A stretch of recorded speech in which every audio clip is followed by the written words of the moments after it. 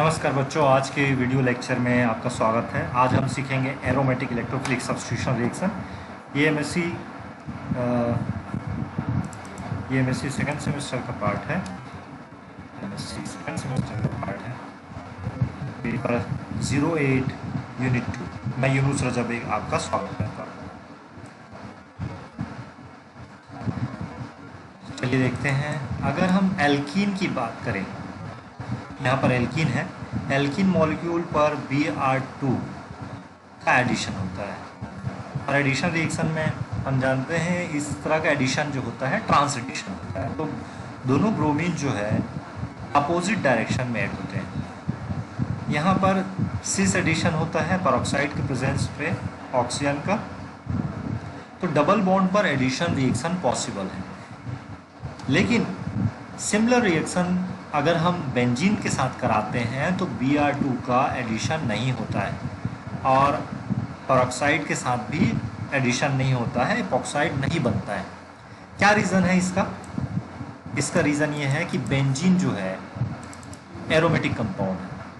अगर इस aromatic compound में डबल बॉन्ड का एडिशन हो गया तो यह aromatic system non aromatic system में चेंज हो जाएगा, जो कि अनस्टेबल होगा।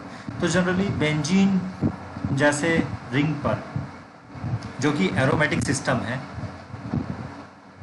इलेक्ट्रोफिलिक एडिशन की बजाय instead of electrophilic addition aromatic electrophilic substitution reaction होता है। चलिए देखते हैं एरोमेटिक इलेक्ट्रोफिलिक सब्स्टिट्यूशन रिएक्शन क्या होता है। ये पहला जो रिएक्शन हमने देखा था एडिशन रिएक्शन, उसका मैकेनिज्म है। तो इलेक्ट्रोफिलिक सब्स्टिट्यूशन रिएक्शन में क्या होता है, एक इलेक्ट्रोफाइल दूसरे इलेक्ट्रोफाइल को सब्स्टिट्यूट करता है। यहाँ इस बेंजीन रिंग पर इलेक्ट्रोफाइल क्या है, हाइड्रोजन है, प्रोटॉन है। तो देखिए इस पोजीशन पर हाइड्रोजन की जगह ब्रोमीन ने ले लिया है। तो ब्रोमीन यहाँ पर Br+ as a electrophile attack करता है बेंजीन रिंग पर।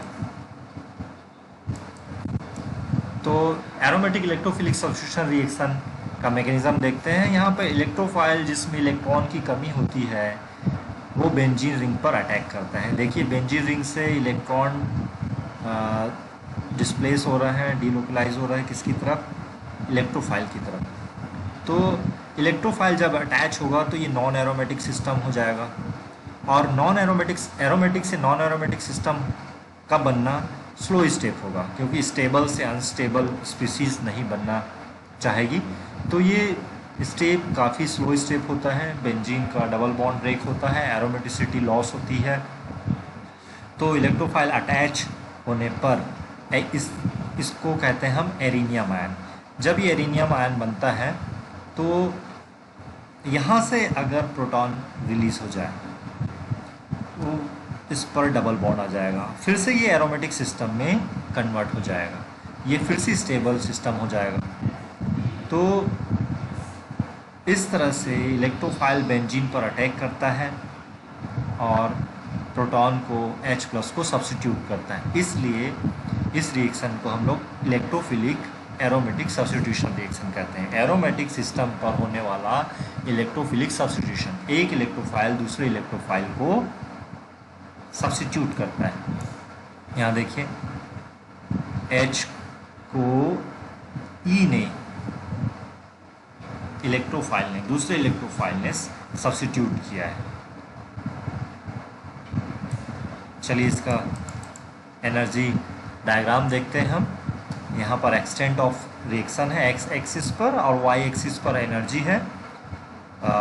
बेंजीन पर जब इलेक्ट्रोफाइल का अटैक होता है, स्टार्टिंग मटेरियल बेंजीन है, तो ये इंटरमीडिएट बनता है एरिनियम आयन, जो एनर्जी में ज़्यादा दिखाई दे रही है हमें, और ये इंटरमीडिएट अनस्टेबल होगा, फिर ये प्रोडक्ट में चेंज हो जाता है और फिर से एरोमेटिक कंपाउंड मिलता है।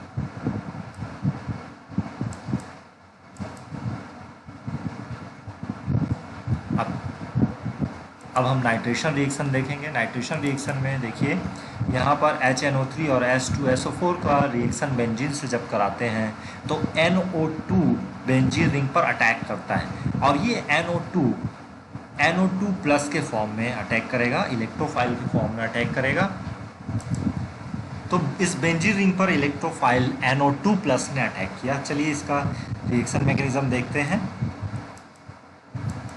देखिए NO2 प्लस यहाँ से जनरेट होता है HNO3 और H2SO4 से NO2 प्लस जनरेट होता है। पहला स्टेप इसका जनरेशन ऑफ इलेक्ट्रोफाइल होता है, ये जनरेट हुआ NO2 प्लस। फिर दूसरे स्टेप में ये बेंजीन रिंग पर अटैक करता है, देखिए अटैक किया इसने, और इसका कार्बन और नाइट्रोजन के बीच बॉन्ड बन गया। अब यहाँ से प्रोटॉन जो है, प्रोटॉन लॉस होगा, ये प्रोटॉन लॉस हो गया और ये हमारा कंपाउंड बन गया नाइट्रोबेंजीन। इसी तरह का रिएक्शन मैकेनिज्म हम सिमिलर रिएक्शन मैकेनिज्म देख सकते हैं। इसको कहते हैं Friedel-Crafts acylation reaction. Acid chloride reaction लेने पर, एज अ रिएक्टेंट लेने पर एसिड क्लोराइड और बेंजीन का रिएक्शन कराने पर इस तरह का कंपाउंड बनता है। यहाँ पर एसिलियम आयन इलेक्ट्रोफाइल बनेगा और ये बेंजीन रिंग पर अटैक करेगा। तो पहला स्टेप है जनरेशन ऑफ इलेक्ट्रोफाइल, एसिलियम आयन बना और यहाँ इसने बेंजीन रिंग पर अटैक किया, फिर से प्रोटॉन लॉस हुआ और ये हमारा कंपाउंड बन गया। ये रिएक्शन है एरोमेटिक इलेक्ट्रोफिलिक सब्स्टिट्यूशन रिएक्शन का एक और दूसरा एग्जांपल। इसमें हम देख रहे हैं एरोमेटिक एल्काइलेशन रिएक्शन, इसे हम लोग कहते हैं, इसे कहा जाता है फ्रीडल-क्राफ्ट एसाइलेशन एल्काइलेशन रिएक्शन। तो फ्रीडल-क्राफ्ट एल्काइलेशन रिएक्शन में तो इस फ्रीडल-क्राफ्ट एल्काइलेशन रिएक्शन में ये 3 डिग्री कार्बोकेटायन बना इलेक्ट्रोफाइल और इसने बेंजीन रिंग पर अटैक किया। बेंजीन रिंग पर इलेक्ट्रॉन क्लाउड की डेंसिटी ज़्यादा होती है, इसलिए इलेक्ट्रोफाइल इस पर अटैक करता है। देखिए यहाँ से फिर से प्रोटॉन लॉस और ये हमारा कंपाउंड बन गया, पूरा का पूरा इलेक्ट्रोफाइल अटैच हो गया और फिर से एरोमेटिक सिस्टम बन गया। नेक्स्ट एग्जांपल देखते हैं एरिनियम मैकेनिज्म का। ये हमने जस्ट अभी देखा। Sulphonation reaction. सल्फोनेशन रिएक्शन में H2SO4 कॉन्सेंट्रेटेड H2SO4 लिया जाता है और इस कॉन्सेंट्रेटेड H2SO4 से HSO3 प्लस ये जो स्पीसीज़ है या SO3 ये इलेक्ट्रोफाइल होता है और ये बेंजीन रिंग पर अटैक करता है। यहाँ पर इसने फिर से देखिए एरोमेटिक सिस्टम बेंजीन रिंग पर अटैक किया इस इलेक्ट्रोफाइल ने और ये रेट डिटरमाइनिंग स्टेप हम देख रहे हैं। उसके बाद प्रोटॉन रिलीज होकर कि ये फिर से एरोमेटिक सिस्टम में चेंज हो गया। तो आज की क्लास में हमने नाइट्रेशन, एरोमेटिक इलेक्ट्रोफिलिक सब्स्टिट्यूशन के कुछ एग्जांपल देखे, जिसमें nitration reaction, sulphonation reaction, Friedel-Crafts alkylation reaction, Friedel-Crafts acylation reaction. धन्यवाद। आज की क्लास में हम इतना ही देखेंगे।